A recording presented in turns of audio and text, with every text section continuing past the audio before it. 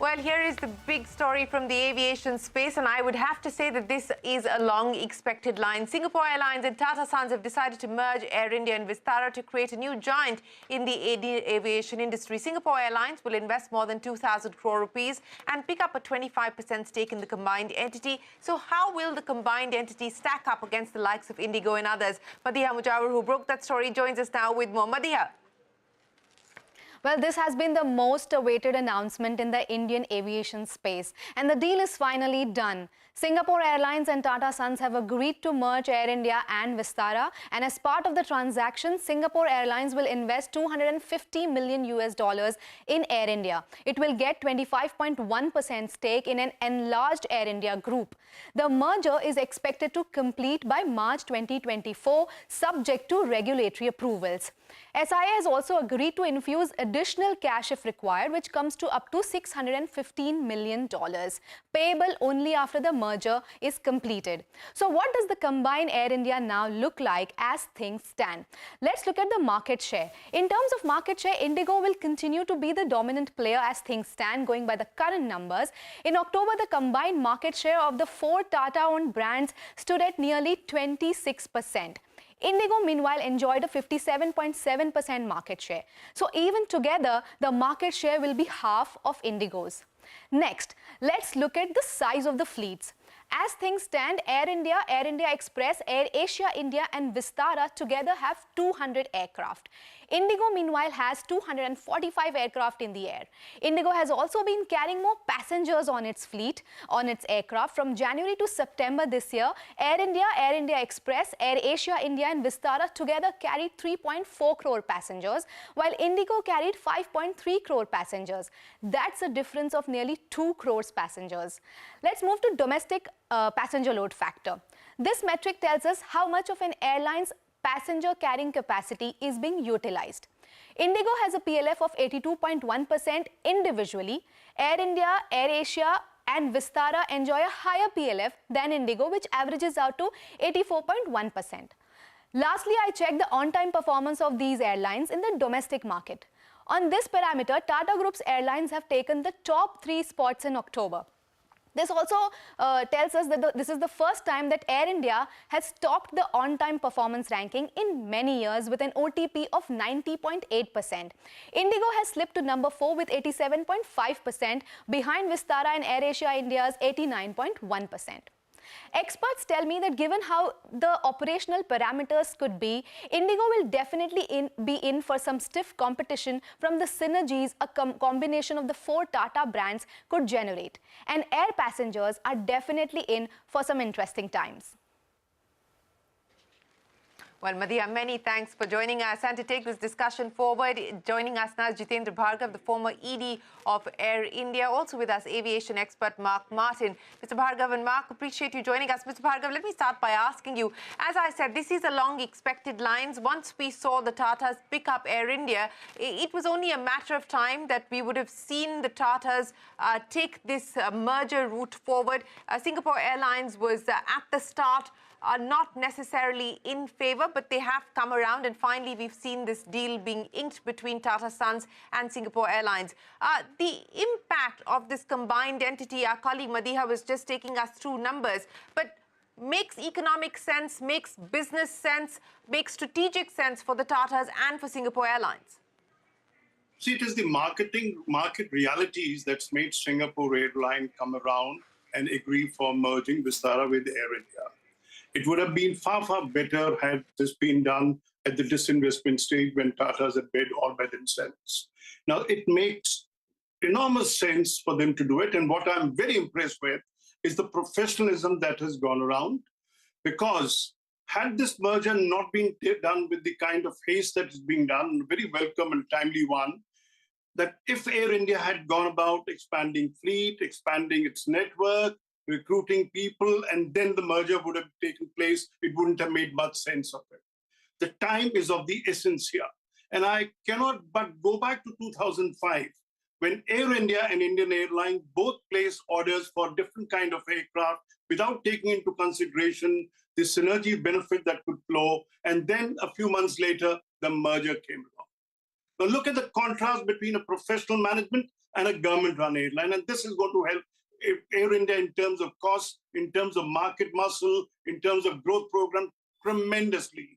As I've been often saying, it would have made little sense if Vistara and Air India both were to fly to international destinations.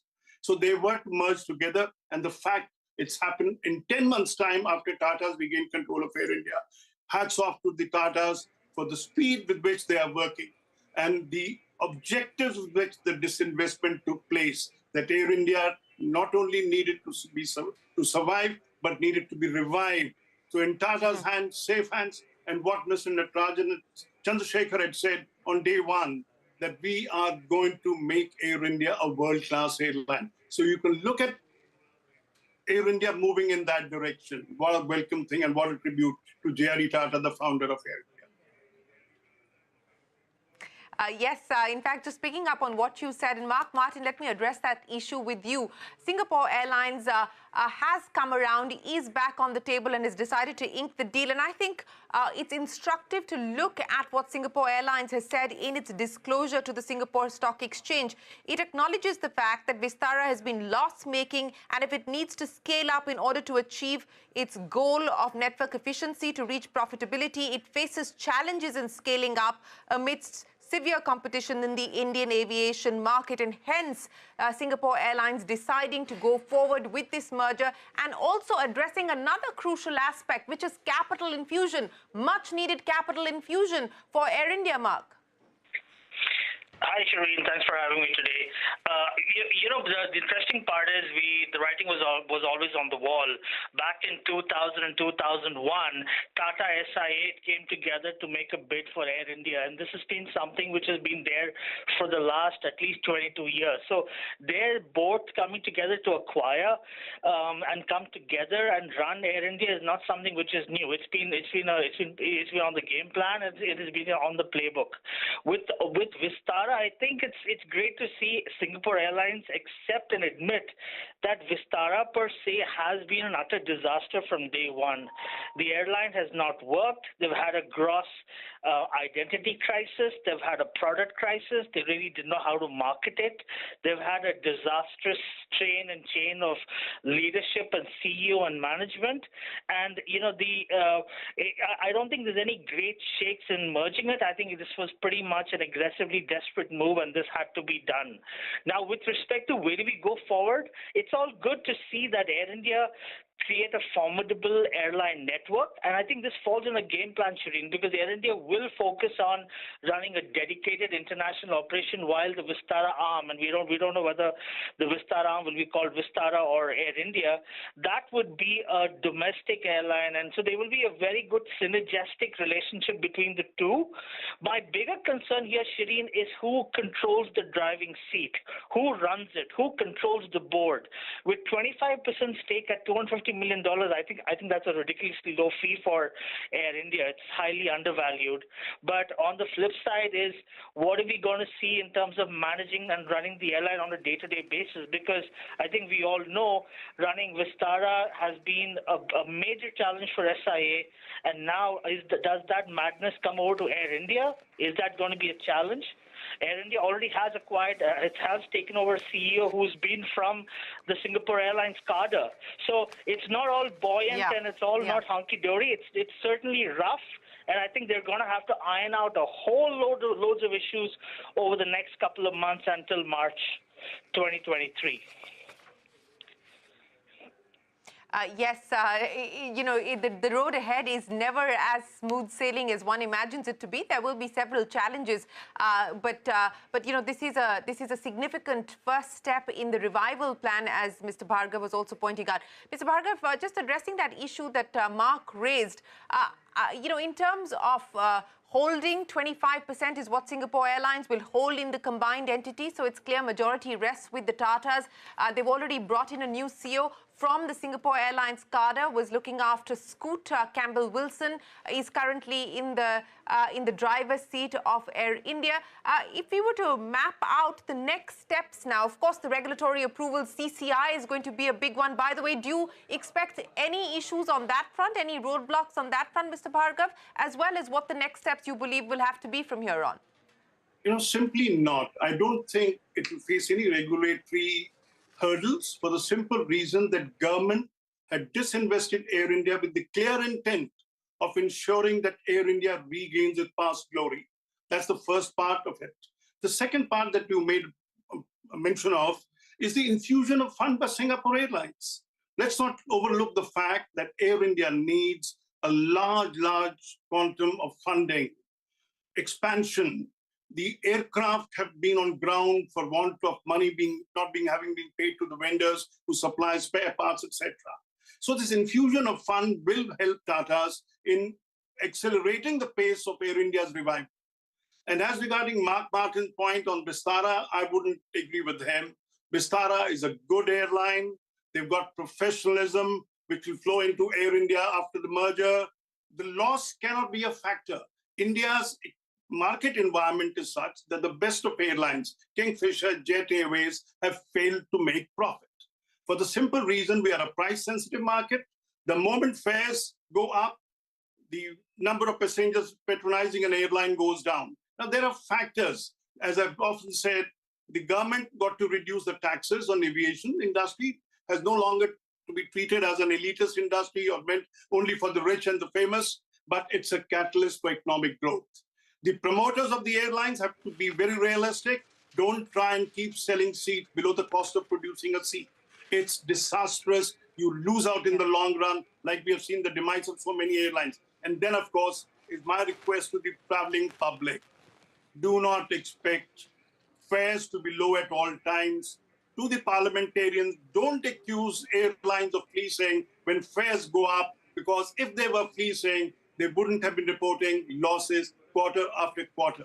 And we must ensure that airline business becomes a profitable business. One quote from J.R.D. Tata in 1953, before the industry was nationalized.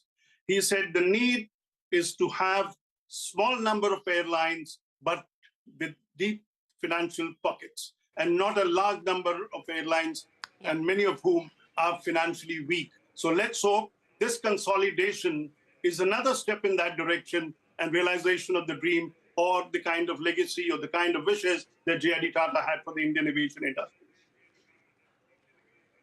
Oh, absolutely. You do require deep pockets to be able to ride out the Indian aviation market. We've got many cautionary tales here, not just of broken business models, but also of a fairly tough operating environment. But of course, we will have to wait to see how this plays out. And, it's good to have disagreement. I'm glad that you disagree with Mark on Vistara's performance. But Mark, I want to come back and talk about the flight path from here on. So one, of course, is the Air India Vistara merger, but there's also the other aspect of the Air India Express, the low-cost arms of the Tata Group. That simplification and that consolidation also underway at this point in time. So the Tatas do have their hands full.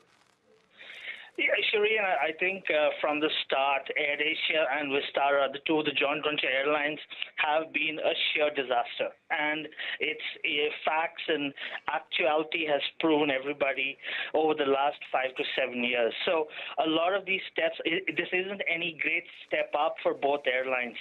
They both have had financial issues. And I'm going to correct Jitender. And I don't blame Jitender because he is an old Air India romantic, and I don't justifiably so. But Jet Airways was an airline which was in profits, and what turned out later is everybody's guess. But from a strategic and a broader perspective, I think the bigger question here is how is it going to be funded? And let's be honest, the Tatas have been part of even worse turnarounds. I mean, Tata Steel was turned around from being a loss-making company to being a global company today. So similarly, Tata Motors. So I don't think the Tatas are desperate for Singaporean money or anything. I think this is more of a strategic step which is going to go a long way. My bigger concern is, as you rightly pointed out, CCI. To what extent is Singapore Airlines going to be controlling Air India? How strong is the control going to be? How aggressive is Air India going to be used as a special purpose vehicle to attack Gulf carriers? Is Air India going to be used as a secret weapon to go after European and Southeast Asian airlines? What's the bigger game plan? That's the point. This isn't about going to, what JRD Tata said 50 years ago, and God bless his soul. I think this is more relevant to where does Singapore Airlines feature in the longer air transport strategy of India. India is a sovereign state. India is a vibrant democracy, and with that, a robust air transport service network should function, must function. In a perfect world, I hope it works in unison between Singapore Airlines and Air India, but I think from what we know already, it has been a rough, rocky road with running Vistara. They've had CEOs leave every year. They've had financial issues. They've had AOG issues. Tata Administrative Services has been involved in Tata Vistara joint venture throughout. So it has been rough. And I think going forward, a lot of questions need to be answered. And Air India has no stake in the government, neither does the government has any stake in Air India. It is a private company.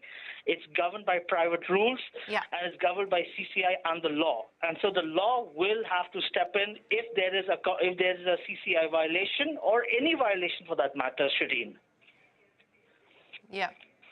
Now, of course, if there is any question of violation to start with, Mark, and I would imagine that there's been a battery of legal eagles working on this deal to try and look at any possible eventuality or run-in with either the competition regulator or any other regulator. Mr. Bhargav, I'll give you exactly 10 seconds. I know you wanted to jump in, and I'll give you the last word to close the discussion. One is to be positive and look at the positives that are flowing out of the disinvestment process and Tata's ownership. The other is to take a view, because no one has ever said that it's going to be an easy task for Tata's to revive and ensure that Air India thrives in the market and gathers it. But look at the sense of pride that will come to the Indians. India originating traffic will be harnessed by an Indian carrier. So far, the Southeast Asian carriers and the Gulf carriers have been taking away Indian market. The task is formidable, I admit. Tatas are capable of doing it. I would say yes, they will. It's only a question of a couple of years. It's been 10 months since they regained control of Air India. Give them time. And one can look at the kind of decisions that have been taken thus far. Flights have been announced, expansion of flights to Europe and United States of America, two major markets. The Southeast Asian market, Gulf markets are being taken care of by the other Indian carriers. But there is no other carrier barring Air India, which is flying to Europe, United States of America, Australia, Japan, etc. So that's the market, and Tata's own Air India is on right track.